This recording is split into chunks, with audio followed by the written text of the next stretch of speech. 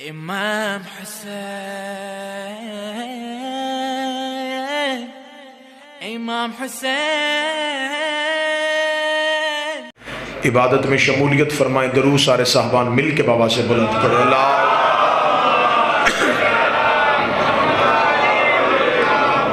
دعا ہے مالکان عزت بارگاہ عزت میں آئے ہوئے ہر صاحب عزت کی عزت کو محفوظ فرمائے۔ آقا زادی ہر ایک سائل کے دل میں چھپی خواہش کو اپنے حق کا واسطہ قبول فرمائے۔ صف عزا پہ جتنے بھی مودت کے نمازی عشق کی نماز کی ادائیگی کے لیے آئے ہیں، میرا مالک تمام کی اجر رسالت کی ادائیگی کو قبول فرمائے۔ ممبر کے مصلی سے جتنی بھی عشق کی اذان دی گئی، میرا مالک ہر ایک مؤذن کی اذان قبول فرمائے۔ آخری سانس تک عقیدہ ولایت پہ استقامت نصیب فرمائے۔ موت کی ہچکی ہو زبان پہ ورد علی ولی اللہ جاری فرمائے۔ قبر کی پہلی رات ہو زیارت امیر نصیب فرمائے۔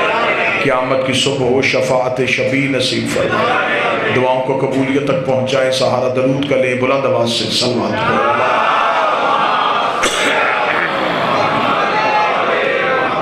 اپنے وقت کے امام کی حفاظت کے لیے، نصرت کے لیے اور مال کی تاجیل کے لیے ایک مرتبہ پھر بلند آواز سے صلوات پڑھی۔ اللہ صلی اللہ محمد۔ اجازت ہے ذکر شروع کیا جا سکتا۔ آج کی مجلس مخصوص و منسوب ہے اس شہنشاہ کے نام جس کا کردار بھی علی ہے اور نام بھی علی ہے۔ بسم اللہ۔ کیا کہنے خراسان کے اس شہنشاہ کے جو ایک ہی وقت میں محمد بھی ہے اور علی بھی ہے۔ یہ اعزاز صرف سیدہ کے بیٹوں کے پاس ہے، یہ اعزاز صرف خاتون جنت کے بچوں کے پاس ہے کہ یہ آل محمد ہو کے پھر محمد ہو جاتے ہیں۔ مولا حسین عزت عطا۔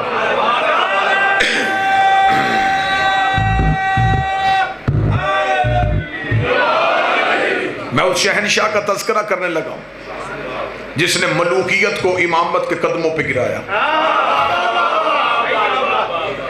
کسی بھی دور میں کسی بھی حجت کو کبھی بھی بادشاہت کی ضرورت نہیں ہوئی۔ قطعاً کوئی بندہ نہ یہ سمجھے کہ جو بادشاہ ہو وہ امام ہوتا ہے یا جو امام ہو وہ بادشاہ ہوتا ہے۔ یوسف قید خانے میں بھی نبی تھے، فرعون تخت پہ بھی لانتی تھا۔ اب سر ہلا رہے، اس کا مطلب ہے لانتی تخت پہ بھی بیٹھا ہو،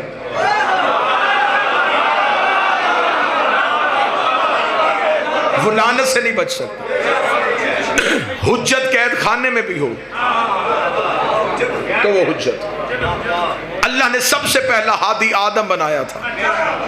اللہ نے حضرت آدم کو تخت نہیں دیا، تاج نہیں دیا، جبکہ خدا نے آسمان پہ اعلان کیا تھا کہ میں اپنا پہلا خلیفہ بنانے لگا زمین والوں کے لیے۔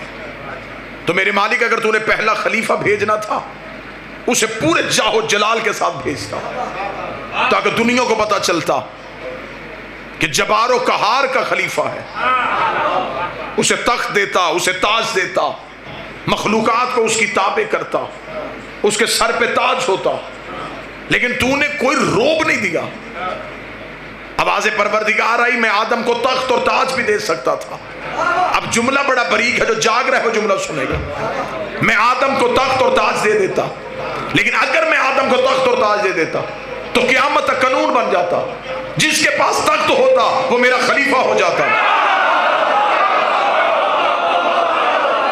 جو اہل معرفت تشریف ہے، اگر میں آدم کو تخت اور تاج دیتا تو پھر قیامت تک قانون بن جاتا۔ جس کے پاس تخت ہوتا وہ کہتا میں اللہ کا خلیفہ ہوں، جس کے پاس تاج ہوتا وہ کہتا میں اللہ کا خلیفہ ہوں۔ تو اللہ کے خلیفہ کی نشانی بن جاتی کہ تخت والا خلیفہ ہوتا ہے، تاج والا خلیفہ ہوتا ہے، لشکر والا خلیفہ ہوتا ہے، اقتدار والا خلیفہ ہوتا ہے، ووٹوں والا خلیفہ ہوتا ہے، جاہ و جلال والا خلیفہ ہوتا ہے۔ تو میرے مالک اب ہمارے پاس کیا نشانی ہے؟ تو نے آدم کو تخت اور تاج تو دیا ہی نہیں، اب ہمیں کیسے پتا چلے کہ بندوں کا بنایا کون ہے، اللہ کا بنایا کون ہے؟ خدا نے کہا میں نے آدم کو تخت اور تاج تو نہیں دیا، لیکن میں نے آدم کو ایک امتیاز بخشا تھا، میں نے آدم کو فرشتوں سے سجدہ کروا دیا تھا، میں نے آدم کو فرشتوں سے سجدہ کروا دیا تھا۔ اب قیامت تک یہ نہ دیکھنا تخت پہ کون بیٹھا ہے، یہ دیکھنا فرشتہ کس کے دروازے پہ آ، جس کے دروازے پہ فرشتہ تخت والا۔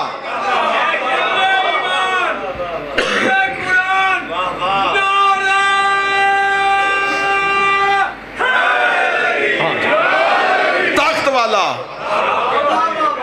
بندوں کا بنایا ہو سکتا، لیکن جس کے دروازے پہ فرشتہ آئے، جو فرشتے کو دیکھے ایک بار نہیں،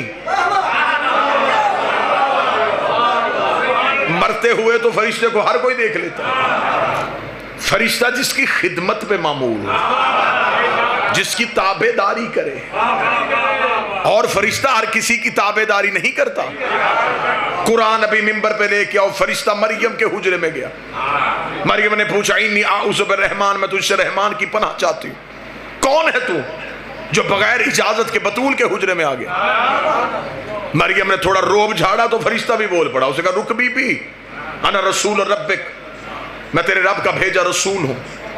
مریم نے کہا کیوں آیا ہے؟ اسے کہا تجھے بیٹا دینے آیا ہوں۔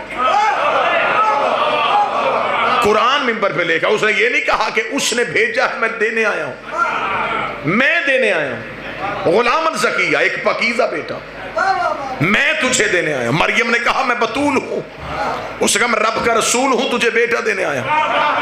مریم نے پوچھا تو کون ہے؟ اس نے کہا رب کا رسول ہوں، بیٹا دینے آیا ہوں۔ مریم نے پوچھا تو کون ہے؟ اس نے کہا رب کا رسول ہوں، بیٹا دینے آیا ہوں۔ مریم نے پوچھا کون ہے؟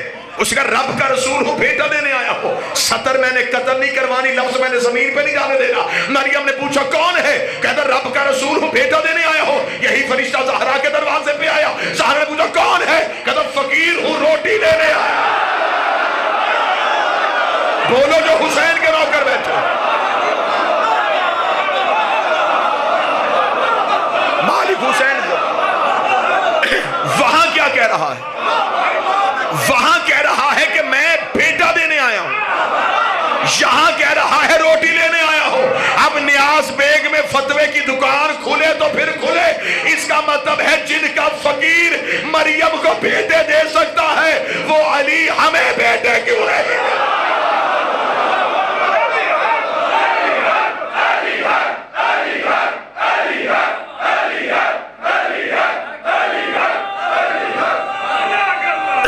بسم اللہ سے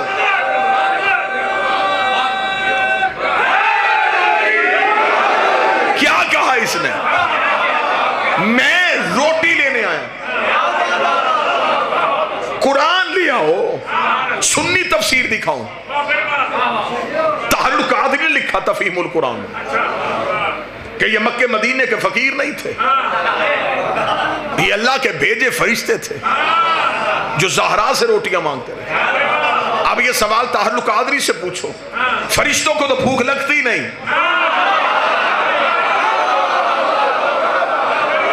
سر ہلانے سے بہتر ہے زبان تائید کر سکتے،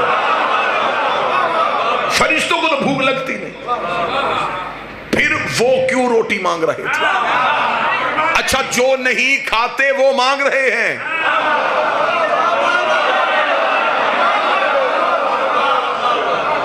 اور جو روٹی کے بغیر مر جاتے ہیں وہ مانگتے ہوئے مر رہے ہیں۔ چلے میں اگلا جملہ ایک اور گرہ کھول دیتا ہوں۔ فرشتوں کی تخلیق کا مقصد کیا ہے؟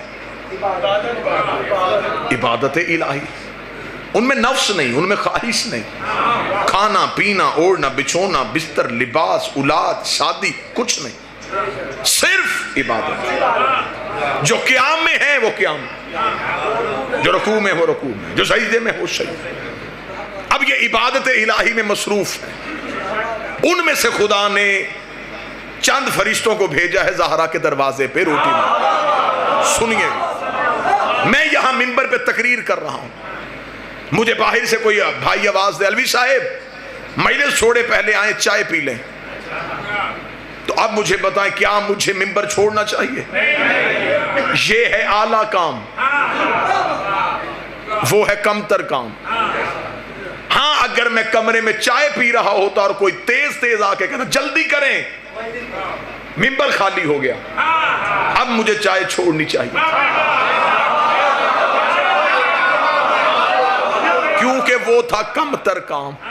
خطیب میں اور مجمع کے ذہن میں چند سیکنڈ کا بھی فاصلہ آ جائے نا تو پھر باتیں ضائع ہونی شروع ہو جاتی ہیں، ذہن اکٹھے چلے تو پھر لفظ ضائع نہیں ہوتے۔ میں نے کہا کہ ہمیشہ کم تر کام اعلیٰ کے لیے چھوڑا جاتا ہے، اعلیٰ کام کم تر کے لیے نہیں چھوڑا جاتا۔ فرشتے کر رہے تھے اللہ کی عبادت، خدا نے کہا تسبیحاں چھوڑو زہرا سے مانگو، تسبیحاں چھوڑو سیدوں سے مانگو۔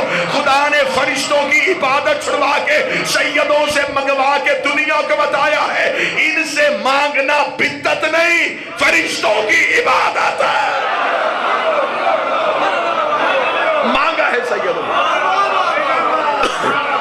لہذا اللہ کی حجت کے لیے تخت اور تاج ضروری نہیں۔ ہر دور میں امت نے آل محمد سے تخت اور تاج چھین کے یہ سمجھا کہ شاید ہم آل محمد کو کمزور کر دیں گے، لیکن یہ سچائی روز روشن کی طرح آیا ہے کہ ہر حکومت حجت کے دروازے پہ آئی ہے۔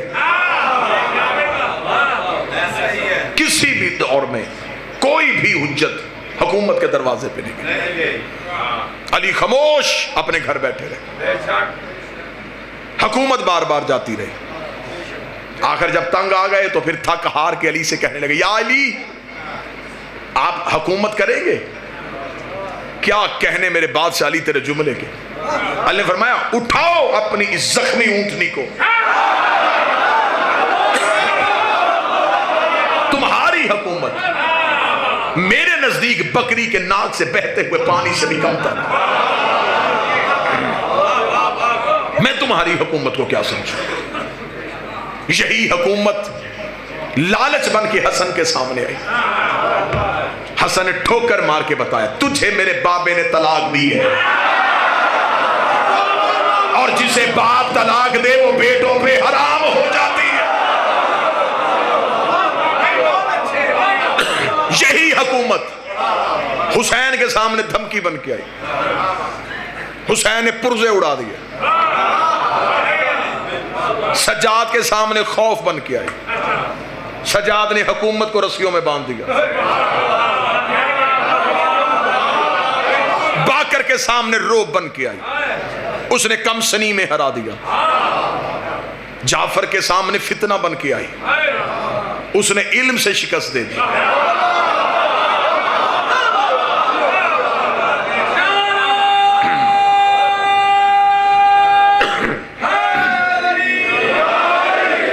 موسیٰ کے سامنے پھر فرعون بن کے آئی، اس نے عطا کے دریائے نیل میں ڈبو کے مار دی۔ پھر جب رضا کا دور آیا اب یہ منت بن کے آ گئی۔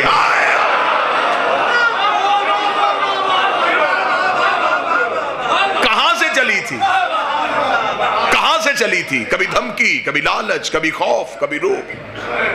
چلتے چلتے میرے بعد علی ابن موسیٰ رضا کا دور آیا، اب کوئی روب نہیں، اب کوئی دھمکی نہیں، اب کوئی لالچ نہیں، اب وہی شرطیں سامنے رکھی جو مصطفیٰ کے سامنے رکھی تھی۔ مصطفیٰ سے بھی کہا تھا رشتہ بھی دیتے ہیں،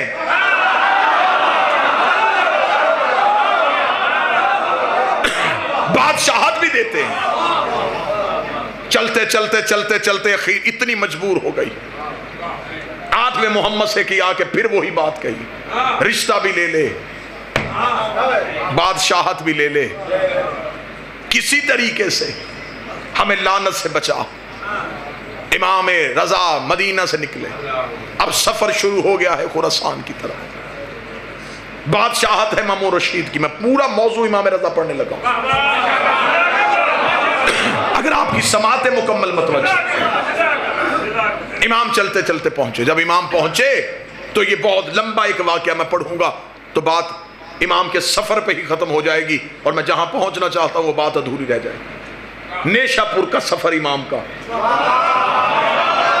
مشہور ترین سفر، اتنی دنیا علم کے لیے ترس گئی تھی، اتنی ترس گئی تھی کہ اتنا عرصہ ہو گیا تھا باب علم بند تھا، اتنا ترس گئی تھی کہ امام جس گھوڑے پہ تھے ساتھ ساتھ لوگ کاغذ قلم اٹھا کے آ رہے تھے، یہ بولے ہم لکھیں۔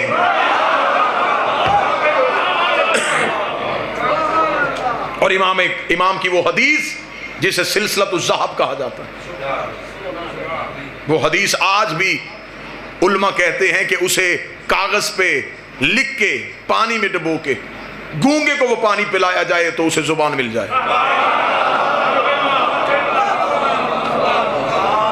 وہ حدیث سلسلۃ الذہب پڑھ کے اندھے کی آنکھوں پہ پھونک ماری جائے اسے بینائی مل جائے۔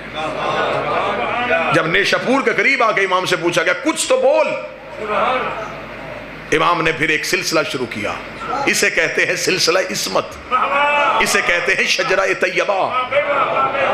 امام نے کہا میں نے سنا ہے اپنے باپ سے،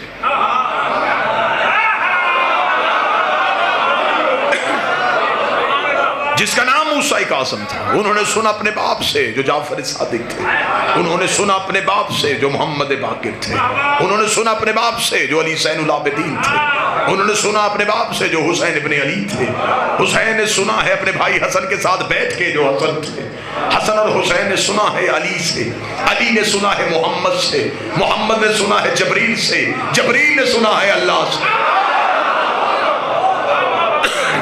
امام نے پورا سلسلہ پڑھا، اس سلسلے میں ایک بھی کڑی ٹوٹی ہوئی نہیں تھی۔ جب امام نے اتنا بہترین سلسلہ پڑھا تو لوگوں نے کاغذ قلم ہاتھ میں کیا سنا؟ اب امام گھٹنوں پہ کھڑے ہوئے، زین پہ کھڑے ہوئے، امام نے کہا لا الہ الا اللہ ایک قلعہ ہے، یہ کہہ کے امام پھر بیٹھ گئے، سواری پھر چلی، لکھنے والے کاغذ قلم لے کے پیچھے بھاگے، مولا آگے۔ امام پھر گھٹنوں پہ اٹھ کے کھڑے ہوئے، امام نے کہا اس قلعے میں داخل جو ہوگا وہ امان پا جائے۔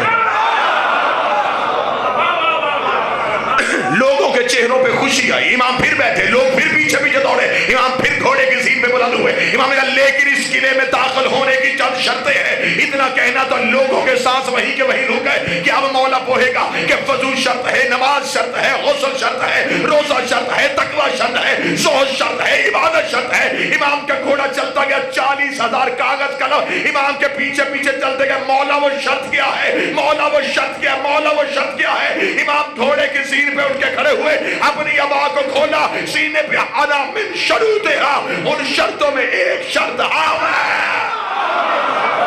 عام ہے وہ شرط، ہمارے بغیر تم لا الہ الا اللہ میں نہیں پہنچ سکتے۔ امام پہنچ گئے خراسان،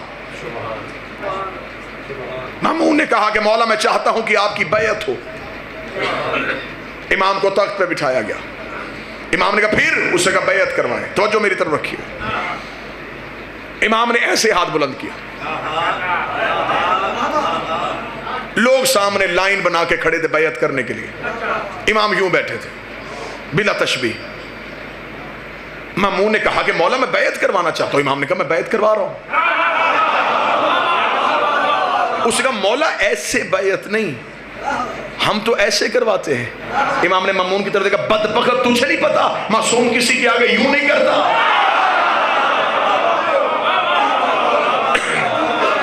یہ بیعت کا طریقہ تم نے کہاں سے لیا؟ اور یہ بات میں آج منبر پہ بتاؤں، یہ بیعت سقیفے سے شروع ہوئی تھی، یہ غدیر سے شروع ہوئی تھی۔ غدیر میں رسول نے علی کا ہاتھ ایسے نہیں بڑھایا، ایسے اٹھایا۔ خلافت والوں کے ہاں بیعت ایسے ہوتی رہی، امامت والوں کے ہاں بیعت ایسے ہوتی رہی۔ جو چپ ہے تمہاری خاموشی کا تالا توڑوں؟ اگر آج بھی دیکھنی ہو کہ امامت کدھر ہے، خلافت کدھر ہے، اب پتہ چلا کہ علم پہ ہاتھ کیوں ہے۔ غازی آج بھی 12ویں کی بیعت لے رہا ہے، اور ویسے بھی جس گھر کی چھت پہ غازی کا ہاتھ ایسے ہو، اس گھر میں رہنے والوں کا ہاتھ کبھی ایسے نہیں ہوتا، اس لیے کہ ہم غدیر والے ہیں۔ امام نے کہا ہم بیعت ایسے نہیں کرواتے، ہم ایسے کرواتے۔ اور رسول کا بیعت کا طریقہ یہ تھا کہ چھوٹی انگلی سے بیعت شروع کرو اور انگوٹھے پہ ختم کرو۔ یہ بیعت ہوتی کیا ہے؟ بیعت کا لفظ ہے بیچنا. 5 چیزیں معصوم خریدتا ہے، 5 بیچتا ہے. 5 چیزیں معصوم کے حوالے کی جاتی ہے: جان، عزت، مال، نفس، اولاد. یہ معصوم کی. اس کے بدلے میں اس سے 5 چیزیں لی جاتی ہیں. اس کے بدلے میں اس سے 5 چیزیں معصوم سے خریدی جاتی ہیں: جنت، بخشش، شفاعت، حشر کی ذمہ داری اور قبر کے عذاب سے بخشش. 5 چیزیں دو، 5 چیزیں لو. اس خرید و فروخت کو بیعت کہتے ہیں. یہ سوائے معصوم کے کسی کی ہو نہیں سکتی، کیونکہ سوائے حجت کے کوئی یہ چیزیں دے نہیں سکتا. صحابی جنت میں جا سکتا ہے، لے جا نہیں سکتا. ویسے بھی میں پاکستان کے ہر ممبر پہ کہہ رہا ہوں، میرے اہل سنت بھائیوں نے اسلامیات میں وہ واقعہ بڑی کثرت سے لکھا ہے کہ ہمارے پاس 10 صحابہ اکرام رضوان اللہ علیہ مجمعین ایسے ہیں جنہیں نبی نے اپنی زندگی میں بیعت رضوان میں جنت کی بشارت دی تھی، اور انہیں میرے اہل سنت بھائی عشرہ مبشرہ کہتے ہیں کہ ہمارے پاس 10 ایسے ہیں، ہمارے پاس 10 ایسے ہیں جنہیں نبی نے جنت میں جانے کی بشارت دی تھی. مجھے اس واقعے میں بحث نہیں کرنی کہ اس کی شرط کیسی ہے، یہ واقعہ ہے یا نہیں ہے، لیکن میرے اہل سنت بھائیوں کے پاس صرف 10 ایسے ہیں جنہیں نبی نے جنت میں جانے کی بشارت دی تھی. یہ سارے وہ بیٹھے ہیں جنہیں نبی نے جنت میں جانے کی ضمانت دی ہے.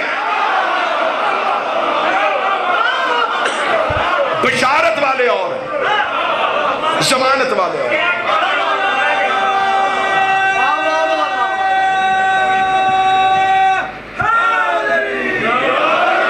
متوجہ ہیں جی؟ امام نے فرمایا بیعت ایسے ہو. امام کی بیعت ہو گئی. جب بیعت ہو گئی تو اب مامون نے کہا مولا پہلا حکم. مولا نے اپنی حکومت میں، اپنی گورنمنٹ میں جو پہلا حکم پاس کیا، جو پہلا ایگزیکٹو آرڈر پاس کیا، وہ حکم نامہ کیا تھا؟ امام نے کہا سب سے پہلا میرا حکم یہ ہے کرنسی تبدیل کی جائے. میں تاریخ پڑھنے لگا ہوں آپ کو. امام نے کہا کرنسی تبدیل کی جائے. وجہ، اس سے پہلے اسلامی ملکوں میں چلتا تھا روم کا سکہ. روم کے سکے کے اوپر بتوں کی تصویریں ہوتی تھی جس سے وہ اپنے مذہب کی تشہیر کرتے تھے. اس روم کے سکے کی اہمیت پوری دنیا میں ایسے تھی جیسے آج امریکن ڈالر کی. یعنی کہ امریکن ڈالر آپ کو دنیا کے ہر ملک میں چل جائے. روم کے سکے کے ساتھ خرید و فروخت ہوتی تھی. امام نے کہا پہلا میرا حکم ہے جتنے اسلامی ملک ہیں یہ روم کا سکہ نہیں خریدیں گے. متوجہ ہیں بات کی جانب؟ تو میں بات میں کروں. جتنے بھی اسلامی ملک ہیں بس رکھتے ہیں یہ روم کا سکہ نہیں خریدیں گے. مامون نے کہا مولا پھر خرید و فروخت کیسے ہوگی؟ امام نے فرمایا ہم اپنا سکہ بنائیں گے. معلوماتی مجلس سنانا چاہتا ہوں. فوراً ٹکسال کو بلایا گیا. سکہ ڈھالا گیا. مامون نے کہا مولا سکہ تو ڈھل گیا، اب آپ بتائیں سکے پہ کیا لکھیں؟ کعبہ کی تصویر بنائیں، لا الہ الا اللہ لکھوائیں؟ امام نے ٹکسال سے کہا سکہ میرے ہاتھ میں دے. سکہ ہاتھ میں دیا. امام نے کہا جو اللہ کی مرضی ہوگی وہ لکھوائے گا. یہ کہہ کے امام نے دستے دعا بلند کیے، میرے مالک یہ اسلامی ملکوں کا سکہ ہے، وہ لکھوا جو تیری رضا ہے. یہ کہہ کے امام نے اپنی انگشتری سے مہر لگائی. لکھا ہوا تھا علی اور ولی اللہ.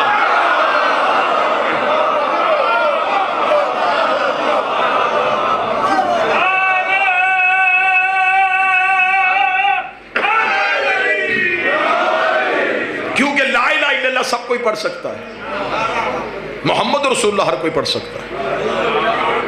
علی ولی اللہ وہ پڑھے گا جس کا لا الہ پہ بھی یقین ہوگا، محمد رسول اللہ پہ. علی ولی اللہ دین کی کچی پکی کا نام نہیں، دین کی ماسٹر ڈگری کو علی ولی اللہ کہتے ہیں. امام نے کہا علی ولی اللہ کا سکہ. امام نے کہا یہ سکہ بناؤ. وہ سکہ بن گیا، وہ سکہ اسلامی ملکوں میں پہنچا دیا گیا۔ اب دشمن کے لیے تو وہ موت تھا کہ دل میں بغض علی، جے میں علی ولی اللہ، مولا حسین، لیکن نوکر کے لیے، علی کے محب کے لیے وہ قیمت سے زیادہ قیمتی تھا۔ لیکن انہیں یہ بھی پتا تھا علی کے شیعوں کو کہ یہ سکہ ہمیشہ نہیں چلے گا، آخر تھوڑی دیر کے بعد اس سکے کو بند کر دیا جائے گا۔ لہٰذا علی کے جتنے شیعہ تھے وہ اس سکے کو خرچ نہیں کرتے تھے، اسے اپنے پاس رکھ لیتے تھے۔ پھر جب بھی کوئی سفر کے لیے نکلتا وہ اس سکے کو کپڑے میں باندھ کے اپنے بازو میں باندھ کے میرا امام زامن ہے۔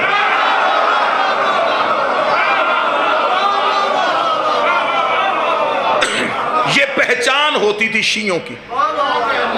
اگر آپ کسی دوسرے ملک میں گئے اور آپ کو کوئی محب اہل بیت ملے، اس دور میں لوگ مذہب چھپاتے تھے، شوہر بیوی کو نہیں بتاتا تھا کہ میرا مذہب کیا ہے، دوست کو نہیں بتاتا تھا کہ میرا عقیدہ کیا ہے۔ ایک دوسرے سے جب تنہائی میں ملتے اور ایک دوسرے سے پوچھتے تو علی سے محبت کرتا ہے یا نہیں کرتا، پھر یہ امام زامن نشانی ہوتی تھی، یہ آئی ڈی کارڈ ہوتا تھا، اسے کھول کے دکھاتے تھے میں بھی علی کی ولایت کا قائل ہوں۔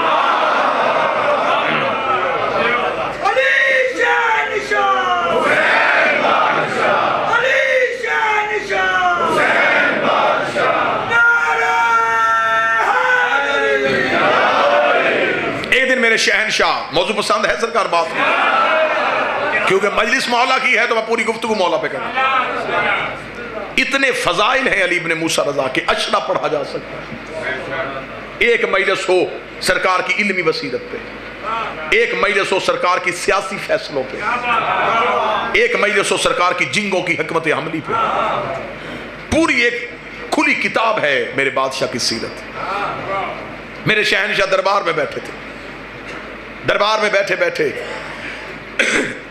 مامون رشید کا یہ طریقہ کار تھا کہ جتنے سیاسی فیصلے ہوتے تھے وہ خود کرتا تھا، علمی فیصلے امام سے کرواتا تھا، اور امام ویسے بھی دنیا داری کے فیصلوں کو ترجیح نہیں دیتے تھے۔ امام کہتے سیاست جانے اور تو جان، اس لیے علی ان ولی اللہ پڑھنے والوں کو سیاست سے دور رہنے کا حکم دیا گیا۔ سیاست جھوٹ اور منافقت کی ماں کا نام ہے، آل محمد نے اسے دور رہنے کا حکم دیا۔ یہ سب سے پہلے علی کے خلاف استعمال ہوئی تھی۔ اب مولا صرف علمی فیصلوں کے لیے دربار میں آتے۔ مامون رشید ایک دن دربار میں تھا، یہاں دربار میں خوشبو کا جھونکا آیا، اتنی تیز خوشبو تھی کہ ہر کوئی دائیں بائیں دیکھنے میں مجبور ہو گیا، یہ خوشبو کہاں سے آئی؟ مامون رشید بھی اپنی جگہ سے اٹھا اور اس نے یوں دیکھا، یہ خوشبو کہاں سے آئی ہے؟ یا دور سے ایک شخص ہاتھ کا اشارہ کر رہا تھا۔ مامون نے کہا اسے بلاؤ۔ کون ہے تو؟ اس کا جسے ڈھونڈ رہا ہے۔ کون؟ اس نے کہا وہ خوشبو میرے پاس ہے۔ مامون نے کہا کون سا عطر ہے؟ کس پھول کی خوشبو ہے؟ کہاں سے خرید کے لایا ہے؟ اس نے کہا نہ یہ پھول نہ یہ عطر، پھر یہ کیا ہے؟ اس نے ایک کپڑے کو کھولا، اس کے اندر ایک ڈبی تھی، اس نے ڈبی کو کھولا، مامون کے سامنے کیا۔ مامون نے کہا یہ کیا ہے؟ اس نے کہا تیرے رسول کے سر کے بال، یہ منہ مبارک رسول ہے، نسل در نسل ہمارے پاس آ رہے ہیں۔ تو پھر اس نے کہا اب میں غریب ہو گیا ہوں، چاہتا ہوں یہ بال بیچ دوں، لہذا میں چاہتا ہوں کہ تو خریدے۔ مامون نے کہا قیمت؟ اس نے ایک بال 100 دینار، 7 بال 700 دینار۔ اس نے کہا اتنے قیمتی کیوں؟ اس نے کہا رسول کے خریدنے۔ مشیروں نے مامون سے کہا خرید لے، کوئی نہ کوئی چیز تو ہمارے پاس بھی ہوگی، ہم بھی نبی کے وارث ہیں۔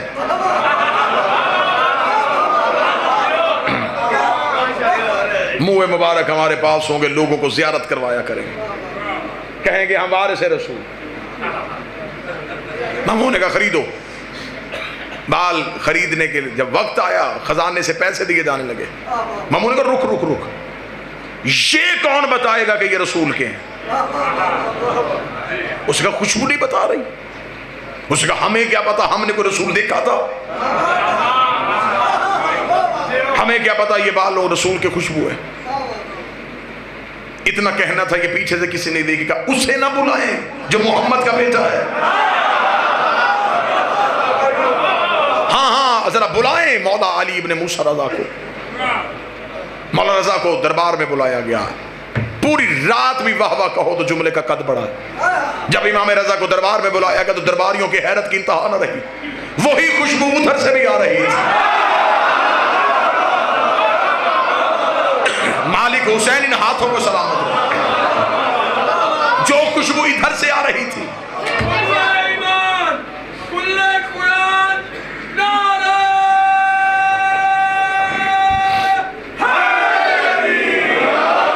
بالکل وہی خوشبو ادھر سے آ رہی۔ امام خرامہ خرامہ چلتے ہوئے مامون کے قریب آئے، مامون نے نشست کو خالی کرایا، امام کرسی صدارت پہ تشریف فرما ہوئے۔ مامون نے کہا سرکار فیصلہ یہ کروانا ہے، یہ لے کے آیا ہے منہ مبارک اور اس شخص کا دعویٰ ہے کہ یہ بال نبی کے ہیں، آپ بتا سکتے ہیں کہ کیا یہ بال رسول کے ہیں؟ درباری یوں حیران ہو کے دیکھ رہے تھے کہ اب امام رضا کیا فیصلہ کریں گے۔ امام نے کہا بال میرے قریب کیے جائیں، تشت پہ بال رکھ کے امام کے قریب کیے گئے۔ امام نے ایک لمحے میں کہا انگلی کا اشارہ کیا، یہ 4 میرے نانا کے ہیں، یہ 3 میرے نانا کے نہیں ہیں۔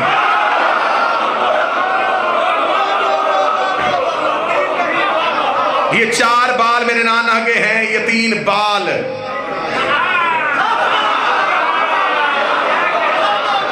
جب سے مجمع تیز ہوا ہے تب سے خطیبوں کو بھی تیزی آ گئی۔ 4 بال میرے نانا کے، یہ 3 بال میرے نانا کے نہیں۔ اتنا کہنا تھا مامون قریب آیا، قریب آ کے دیکھنے کا مولا ویسے آپ نے فیصلہ تو کر دیا ہے لیکن یہ دکھنے میں ایک جیسے ہیں، قد ان کا ایک جیسا ہے، رنگت ان کی ایک جیسی ہے، مولا یہ کیسے پتہ چل گیا یہ 4 تیرے نانا کے، یہ 3 تیرے نانا کے نہیں؟ امام نے فرمایا فوراً چراغ روشن کرو، فوراً آگ روشن کی جائے۔ آگ روشن کرنا تھا، امام نے بھرے دربار میں فوراً جب آگ کو سامنے بلایا گیا، سامنے بلا کے امام نے 3 بال آگ میں پھینکے، تینوں کے تینوں ہی جل گئے، تینوں کے تینوں ہی جل گئے، تینوں کے تینوں ہی جل گئے۔ امام نے 4 بال آگ میں پھینکے، آگ میں جانا تھا، یہ آگ ٹھنڈی ہو گئی، آگ گلزار ہو گئی، آگ کا گلزار ہونا تھا۔ مامون نے کہا اچھا مولا آج پتہ چلا تیرے نانا کے بالوں کو آگ نہیں چھوتے۔ امام نے کہا بدبخت، تیری سمجھ میں نبی کا بال نہیں آیا، نبی کی آل کیسے آیا؟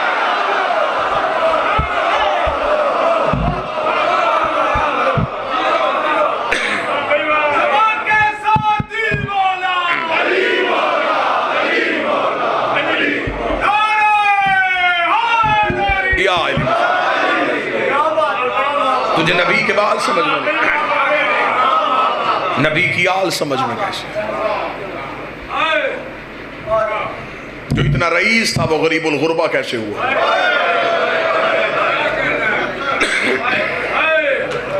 میرا مولا تمہیں مشہد لے کے جائے،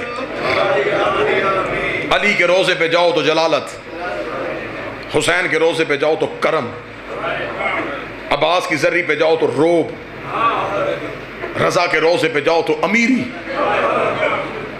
جو پہلی بار مشہد جاتا ہے نا، جو ہے امام رضا کا حرم دیکھتا ہے، سینہ بھائی جان یوں چوڑا ہو جاتا ہے، شیعہ کو فخر ہوتا ہے اس امام کا نوکر ہو۔ سونے کے دروازے،